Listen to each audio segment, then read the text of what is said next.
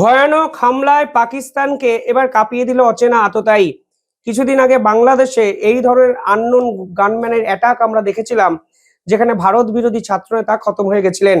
আর আজকে পিওকেতে একইভাবে unknown গানম্যানের attack দেখা গেছে, যেখানে বিলাল হাকুন নামে এক জঙ্গি কিন্তু খতম হয়ে গেছেন। এই বিলাল হাকুন কিন্তু হুরকাত উল মুজাহিদ্দিনের অন্যতম সদস্য। এর নাম কিন্তু সেভাবে প্রচার হতো না, কারণ এই ব্যক্তি ফ্রন্ট ফুটে আসতেন না। কিন্তু কেউ বা কারা জানতেন এই ব্যক্তি আসলে পাকিস্তানের আইএসআই এর জঙ্গিদের টেরর নেটওয়ার্কের ব্যাকবোন।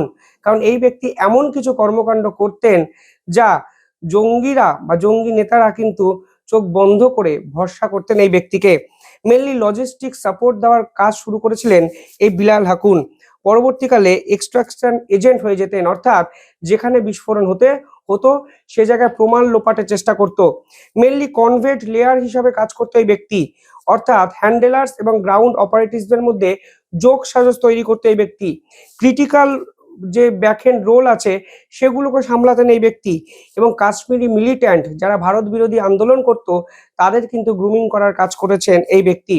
শুধু তাই নয়, আপনারা শুনলে অবাক হবেন, এই ব্যক্তির কাছে এমন কিছু ইনফরমেশন থাকতো যা এই জঙ্গিদের যে মাথা তাদের কাছেও গুরুত্বপূর্ণ হয়ে উঠতো, এবং আন্ডারগ্রাউন্ড ওয়ার্কার্সদের কাছেও কিন্তু খুবই গুরুত্বপূর্ণ হয়ে উঠতো। সাপ্লাই চেইন হিসাবে এই ব্যক্তি কাজ করতেন, এবং একাধিক ক্ষেত্রে সেফ হেভেনও দেওয়া হতো টেরোরিস্টদের এই ব্যক্তির দ্বারা। ক্যাশ ফ্লো কন্ট্রোল করা হতো, মনিটারি ট্রানজেকশন এই ব্যক্তি কন্ট্রোল করতেন। সিম card, cash runners, local support সমস্ত কিন্তু কিন্তু এই ব্যক্তিকে দিয়েই উতরে যেত একাধিক জঙ্গি নেতারা। আর আজকে পিওকেতে এই ব্যক্তির মৃতদেহ পাওয়া যায়, এবং আননোন গানম্যান তাকে বাড়ি থেকে বার করে গুলি করে পালিয়ে যায়। আতঙ্কিত আইএসআই, আতঙ্কিত পাকিস্তান, মারলো কে? উত্তর নেই তাদের কাছে।